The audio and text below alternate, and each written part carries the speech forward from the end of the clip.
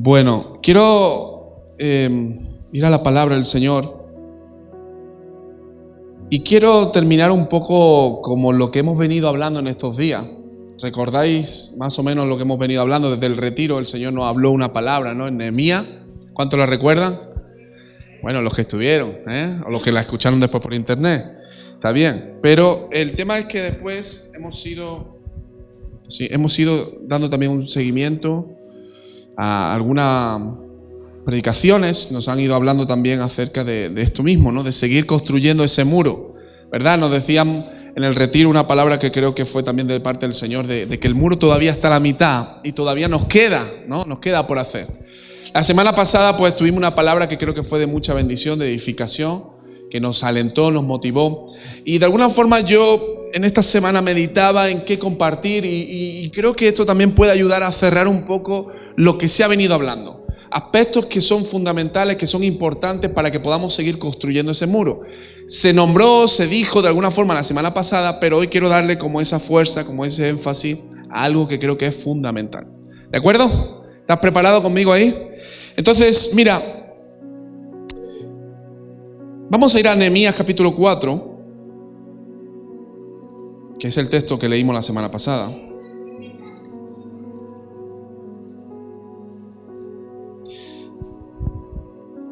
Nehemías capítulo 4. ¿Lo tienes?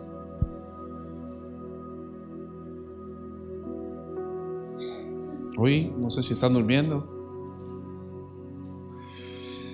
Dice así. Dice, cuando yo, Sanbalat, que nosotros edificábamos, ¿el qué? ¿El qué? El muro. Se enojó y se enfureció en gran manera e hizo escarnio de los judíos. Y habló delante de sus hermanos y del ejército de Samaria. Dijo, ¿qué hacen estos débiles judíos? ¿Se les permitirá volver a ofrecer sus sacrificios? ¿Acabarán en un día? ¿Resucitarán de los montones del polvo las piedras que fueron quemadas? Y estando junto a él Tobías amonita, el cual dijo, lo que ellos edifican del muro de piedra, si subiera una zorra lo derribará. Versículo 4 dice, oye, oh Dios nuestro, que somos objeto de su menosprecio, y vuelve el baldón de ellos sobre su cabeza, y entrégalo por despojo en la tierra de su cautiverio. Dice el versículo 5, no cubras su iniquidad ni su pecado sea borrado delante de ti, porque se airaron contra los que edificaban. Y esta parte es la importante. Vamos a leer esta parte. Dice, edificamos pues el muro, y toda muralla fue terminada hasta la mitad de su altura, porque el pueblo tuvo ánimo para trabajar. Esto estuvimos haciendo énfasis el domingo pasado.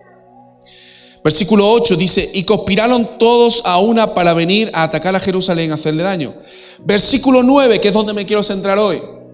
Entonces, mira qué bonito, dice, oramos a nuestro Dios. Y por causa de ellos pusimos guarda contra ellos de día y de noche. Yo quiero hablarte hoy este sentido, y el título de mi predicación es Guardias de la ciudad. Guardias de la ciudad. Y quiero hablarte sobre un tema importantísimo que tiene que ver con poder seguir edificando el muro, con poder seguir avanzando en la obra que Dios nos dio. Y es esta palabra que es fundamental: la unidad. La unidad. Sentido de unidad. Mira, todo proyecto, hermanos, todo proyecto se puede iniciar con una persona, como es el caso de Nehemías. Pero todo proyecto al final necesita más gente que se sume a ese proyecto. Es lo ideal, es lo que de alguna forma va a hacer que el proyecto avance mucho más. Cuando tú tienes una empresa, pues tú puedes tirar al principio solo, pero llegará un momento en que necesitarás seguramente más gente. Si quieres seguir avanzando, si quieres quedarte estancado, pues ya está. Pero si tú quieres avanzar, tú necesitas un equipo, ¿verdad? Nehemías, cuando llega allí a Jerusalén, lo primero que él sabe es que necesita un equipo. Jesús no caminó solo, sino que se rodeó de un equipo y los involucró en la misión que él tenía para que ellos también lo hicieran, y no solamente ellos, sino hoy tú y yo, que es predicar el evangelio. ¿A quiénes? A toda criatura. Y es interesante esto porque, mira, Dios siempre habla. Cuando habla de los creyentes, si te fijas, el énfasis está en la iglesia. Y la iglesia es el conjunto de creyentes, no es una sola persona, no son dos personas en dos sitios diferentes, es el conjunto, la iglesia universal. Cuando Dios plantea algo, lo habla a todos aquellos que hayan creído en Él, que hayan sido quizás bautizados y que estén dispuestos a servirle. Es un sentido de equipo, de grupo. Y los creyentes están en esa unidad, en ese conjunto, primero para darle gloria a Dios, pero también para vivir en santidad, para alcanzar las promesas. Pero si te fijas, este mundo tiene la visión totalmente opuesta. Dios nos invita a vivir de forma colectiva, pero el mundo nos invita a vivir de forma individual. Es verdad que cuando nosotros conocemos al Señor, pues obviamente la decisión de seguir a Cristo es una decisión personal, ¿verdad? ¿Estamos hasta ahí? Cada uno tiene que decidir. Hay una frase que a veces he escuchado, ¿no? Que dice que Dios no tiene nietos, que tiene hijos. Eso significa de alguna forma que la persona por sí misma tiene que decidir seguir a Cristo. ¿Estamos de acuerdo en eso o no? Pero cuando la persona ha decidido seguir a Cristo, cuando la persona se ha entregado al Señor, lo que la persona pasa a ser es parte de la unidad del cuerpo de Cristo. Lo que ocurre en la vida de esa persona es que Dios nos invita, nos lleva ya no a ser un individuo únicamente, sino a ser parte de una comunidad. Por eso tiene sentido cuando nosotros venimos a la iglesia y decimos: esta es mi iglesia, este es el lugar donde yo recibo palabra, este es el lugar donde yo canto al Señor. Pero no es solo eso, sino que también es el lugar donde yo sirvo a otro. Por eso es interesante y no es una crítica, pero entiéndeme, hay personas que a veces dicen: no, a mí me gusta ir un día a una iglesia, otro día a otra iglesia, otro día a otra iglesia. Pero al final eso no es lo que Jesús nos enseñó. Lo que Jesús nos enseñó es ser parte de una comunidad.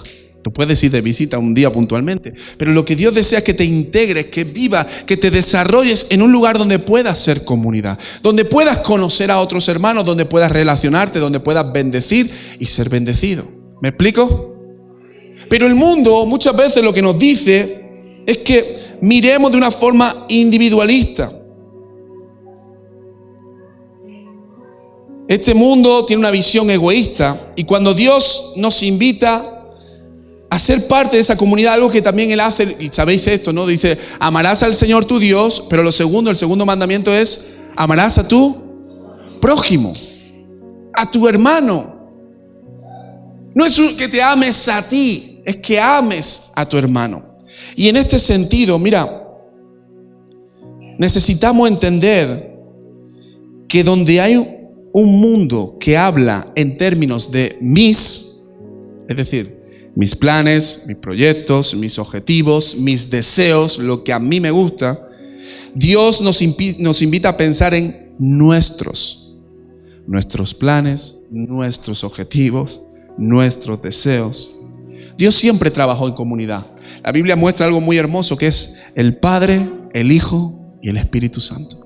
Y Juan, de alguna forma, Juan 15 nos revela este baile, esta comunión donde cada uno tiene su rol, su importancia, obviamente, y su misión también en todo el proyecto que Dios ha diseñado.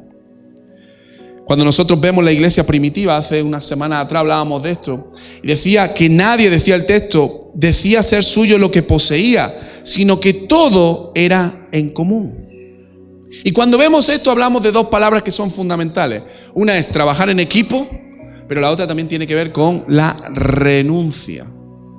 Cuando dice el texto que nadie decía ser suyo lo que poseía, está hablando de una renuncia.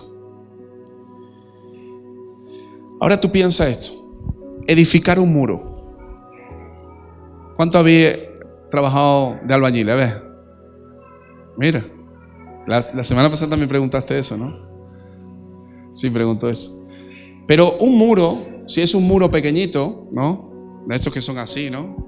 Pues bueno, lo puede hacer uno. Pero tú imagínate lo que es la muralla de una ciudad. Los kilómetros que hay. La distancia que hay. Eso no lo hace una persona sola. Y si lo hace una persona sola, se puede pegar la vida haciendo eso. Realmente, cuando nosotros vemos esta historia, algo que Nehemías entiende es que tiene que trabajar en equipo.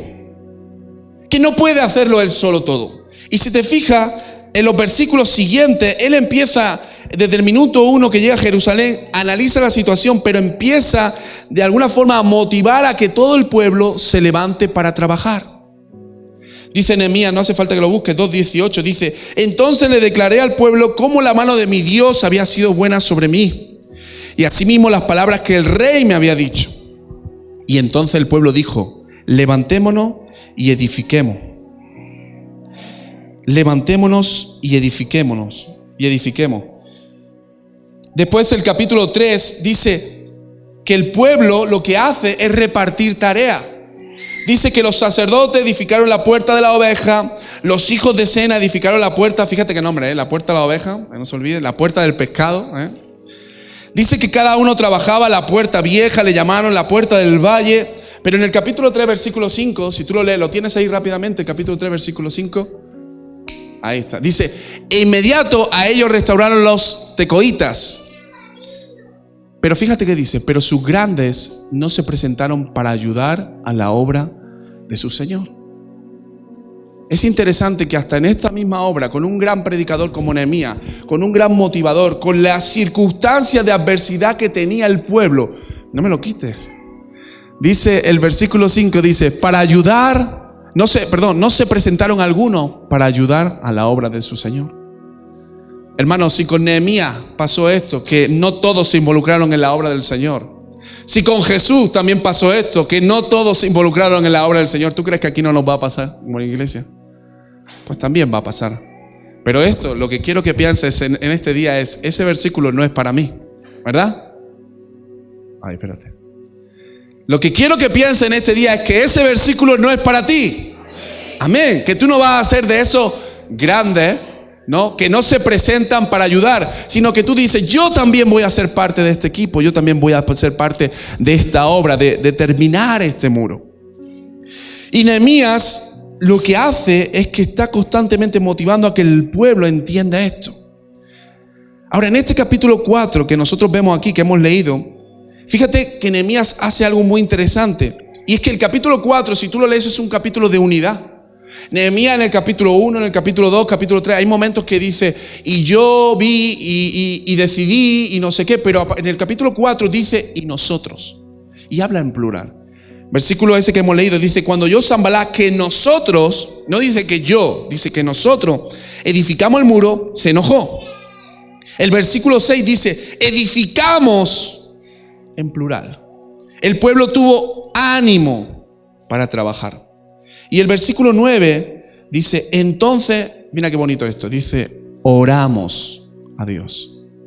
Qué importante es que antes de todo, antes de tomar una decisión, por muy difícil que esté la circunstancia, tú y yo podamos orar. Tú y yo podamos presentar nuestros proyectos, nuestros planes a Dios, decir: oh Dios de los cielos, ayúdanos, guárdanos, bendícenos, danos la sabiduría, danos la gracia para poder hacer y seguir haciendo la obra que tú nos has encomendado. Pero el versículo 9, si todavía estás despierto y no te has dormido, dice: y por causa de ellos, es decir, de todas las circunstancias que venían sufriendo, ¿sí? ¿Estás conmigo ahí, no? Pusimos guarda contra ellos día y noche. Mira, esto es muy sencillo de entender, es decir, como tenían enemigos, como había gente atacando, pues lo que hicieron fue poner unos guardias, gente que estuviera vigilando. ¿Entendemos esto? Vamos, hasta cualquier persona lo entiende, ¿no? De día y de noche, para que esta gente pudiese avisar, pudiese cuidar y pudiese velar por el pueblo. Cuando una persona pone, o cuando ellos pusieron, mejor dicho, el vigilante o a los vigilantes, esto tenía dos objetivos. El primero de ellos era que el pueblo estuviese bien y no fuese atacado. Como te digo, esto es lógico, ¿verdad? Y el segundo objetivo era que la obra pues siguiera avanzando. Por eso pusieron vigilantes, para poder controlar la situación, pero ellos no dejaron de hacer la obra. Y mira, quédate con esta frase: un guarda es un vigilante, es un responsable que vela por algo o alguien concreto. Y la Biblia nos invita a que tú y yo velemos por nuestra vida, ¿verdad? Que cuidemos nuestra vida, ¿no? ¿Es así? ¿Es así? Estamos dormidos hoy, ¿eh? Que cuidemos nuestra vida, que velemos por nuestra vida. Pero cuando hablamos de esto, tenemos que entender que estamos llamados no solo a velar por nuestra vida, sino también a velar por la obra de Dios, como estos vigilantes, y por la vida de nuestros hermanos. Ahora yo te hago una pregunta. Tú, que eres un buen cristiano, ¿verdad? ¿Velas y cuidas por la vida de tu hermano? Y voy a salirte un poquito de tu esquema. Yo sé que tu hijo es cristiano, pero no me estoy refiriendo a tu hijo, me estoy refiriendo a otro de otra familia. ¿Velas por tu hermano? Mira el que tiene a tu izquierda, a tu derecha, adelante, atrás, mejor. ¿Velas por él? ¿Velas por ella?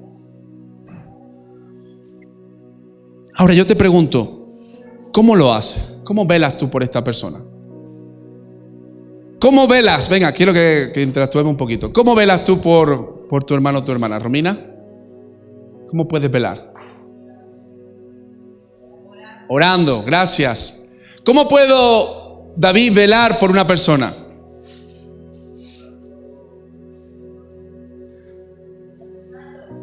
Ayudándole, ayunando. ¿Cómo puedo yo velar por una persona? Por un hermano, mejor dicho. No por una persona, por un hermano.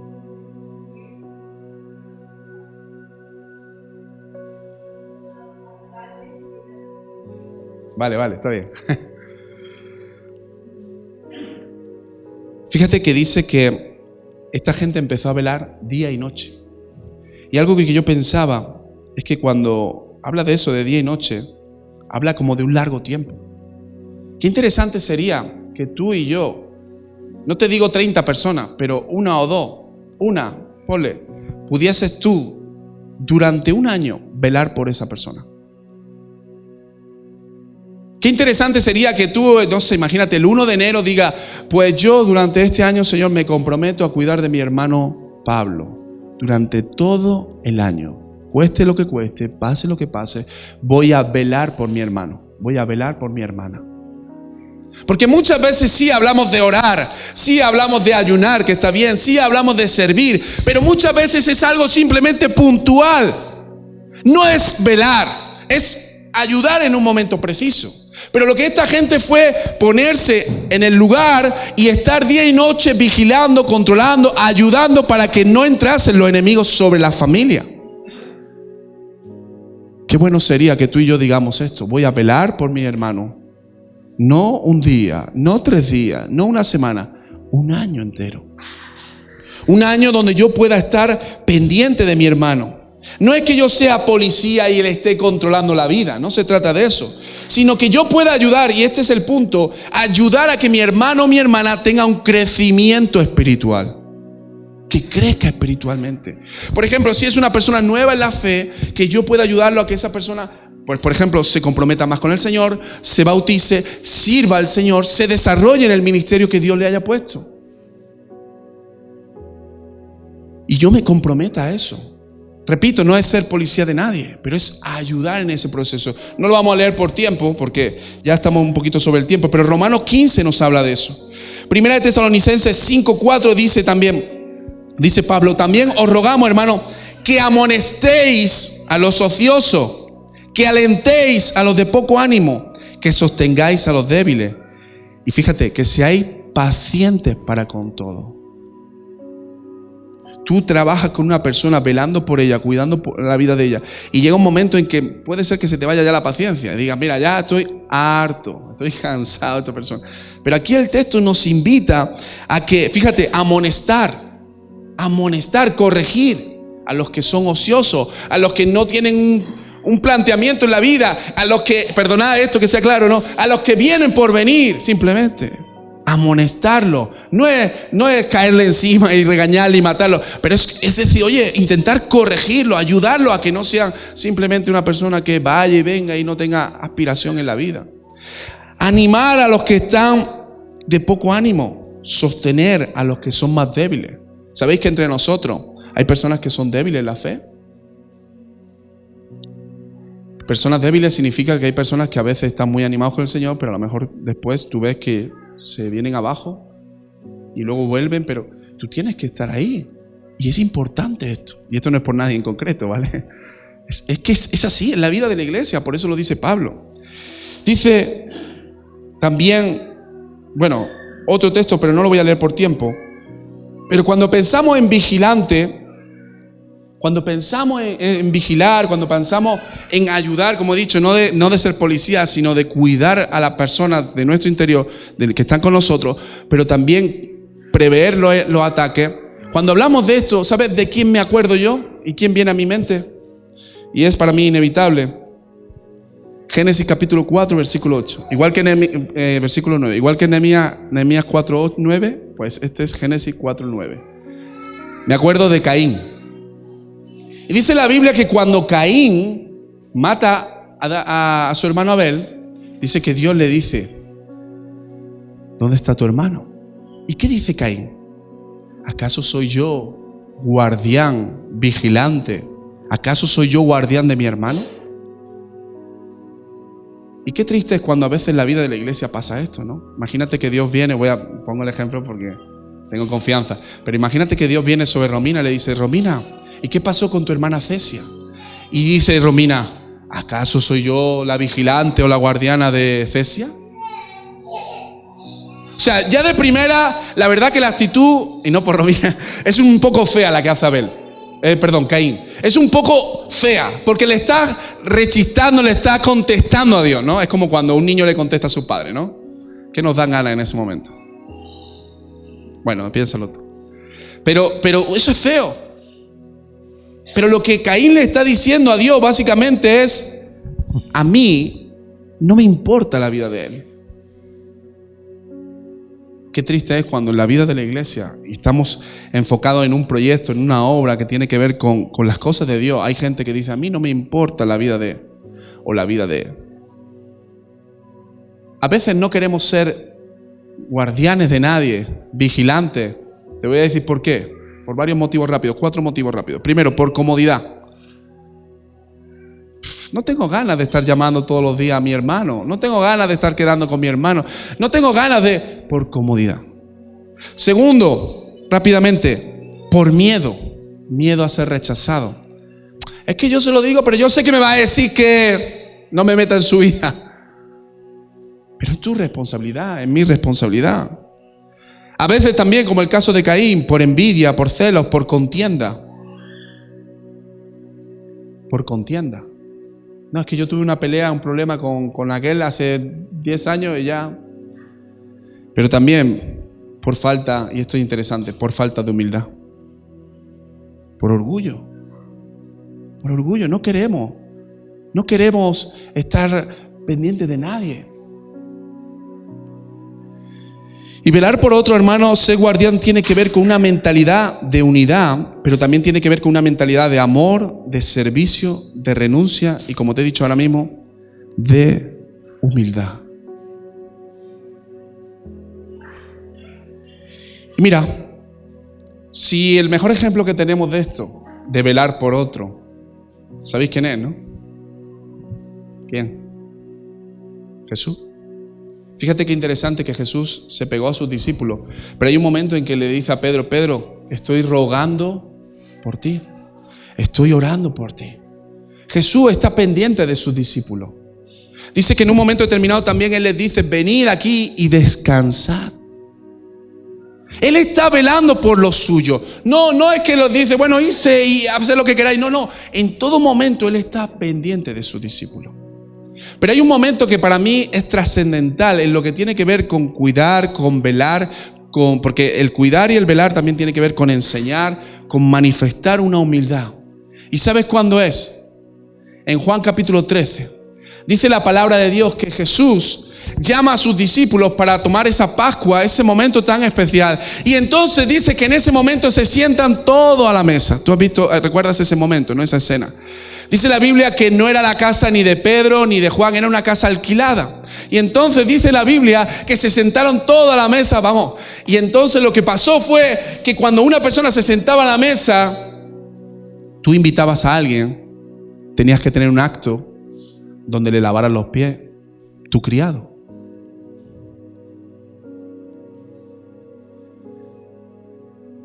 Tu criado normalmente era el que tenía que lavarle los pies. Era un acto de... Déjamelo aquí, gracias. Era un acto de amistad. Déjamelo aquí, de aquí. Era un acto de amor. Era un acto de compañerismo. Cuando una persona venía a tu casa, tú tenías que, por lo menos, poner a tu criado para que le lavase los pies. Y si tu criado no estaba, lo que decía la ley, la tradición era que lo hicieses tú. Era un acto de respeto, era un acto de cuidado, era un acto de cariño. El tema es que cuando ellos están allí en la mesa, están todos sentados, de repente se caen en cuenta que dicen, oye, aquí no nos ha lavado nadie los pies. Y yo me imagino, porque esto no lo dice la Biblia, que se mirarían uno a otro y deciría Juan a Pedro, oye Pedro, lávame tú los pies, ¿no? Y Pedro diría, no, yo porque te tengo que lavar a ti los pies. Y en todo ese vaivén llega Jesús, se pone de pie, dice la palabra, que coge un lebrillo, coge una toalla. ¿Y qué hace Jesús? Se pone a lavar los pies. Hay algo muy interesante y es que Pedro dice, no me lavarás los pies jamás. No me lavarás tú los pies, lo que le dice. ¿Pero por qué? Porque entendía los rangos. El que menos tenía que servir en ese momento, el que menos tenía que lavar los pies era Jesús. Pero Jesús está vestido de humildad. Jesús no está vestido de resentimiento ni de historia.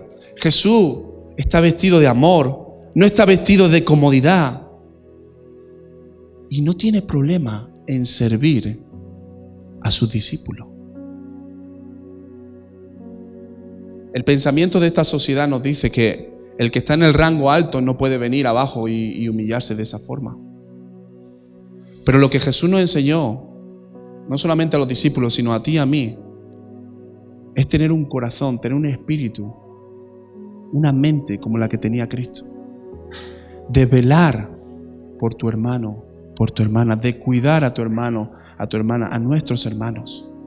Lo que Jesús está haciendo cuando le limpia los pies, recordar esto, ellos no tenían zapatillas Nike como tienes tú. Ellos tenían chancla, tenían sandalias, iban por los caminos y los caminos eran de tierra y pisaban cosas que sueltan los animales por un lado del cuerpo. Y todo eso estaba ahí presente en sus pies. Y Jesús viene, coge la toalla, coge el agua y empieza a limpiarle los pies uno por uno. Ahora yo te hago una pregunta.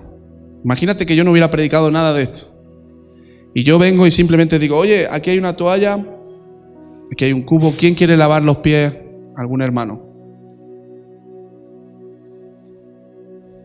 Yo creo que no la pensamos.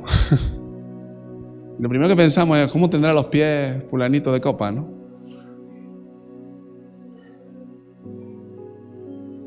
Pero Jesús no se la pensó. Jesús dijo, yo voy a cuidar a mi gente. Yo voy a bendecir a mi gente. Yo voy a enseñar a mi gente.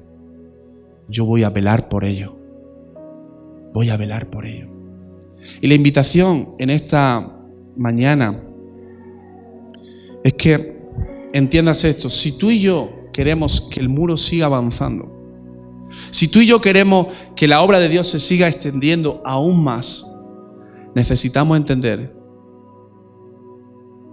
que no podemos estar mirando por mí solamente, por lo que yo quiero, por lo que yo siento, sino que yo tengo que empezar a velar por mi hermano, por mi hermana. Yo me gozo cuando hay personas que a veces se preocupan por gente que no está viniendo a la iglesia. Y dicen, oye, ¿por qué esta persona no está viniendo? Y a lo mejor coge el teléfono y le llama, va a su casa, le busca. A mí me bendice eso mucho.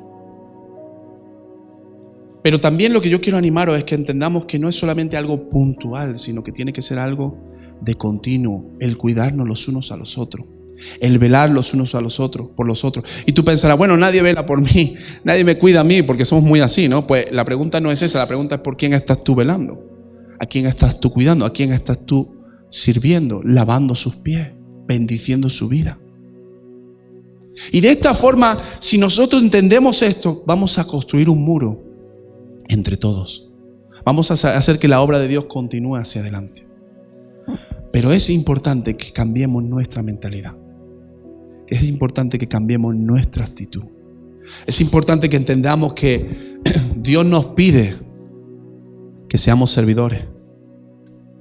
Jesús dijo esto: el Hijo del Hombre no vino para ser servido.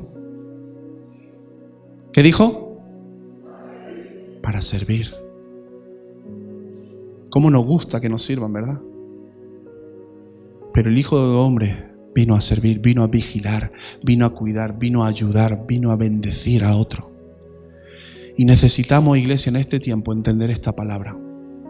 Porque podemos hablar de que la obra de Dios va a avanzar y tal, pero también podemos decir, bueno, que lo haga otro. Bueno, que siga otro. Bueno, que las autoridades lo hagan. Y yo tengo que entender que yo tengo que ser un vigilante de día y de noche que esté cuidando la vida de la iglesia, lo que está pasando dentro, bendiciendo, orando por ellos, sirviendo, ayudando. Y esto va a fortalecer mucho más la vida de la iglesia. Por eso cuando una persona viene nueva a la iglesia, claro que la palabra le bendice, claro que la alabanza le bendice, pero le bendice también la unidad que el cuerpo tiene. El amor que se tienen los unos a los otros. Por eso Jesús decía esto: en esto conocerán que sois mis discípulos, si os amáis los unos a los otros. ¿A quién estás amando tú?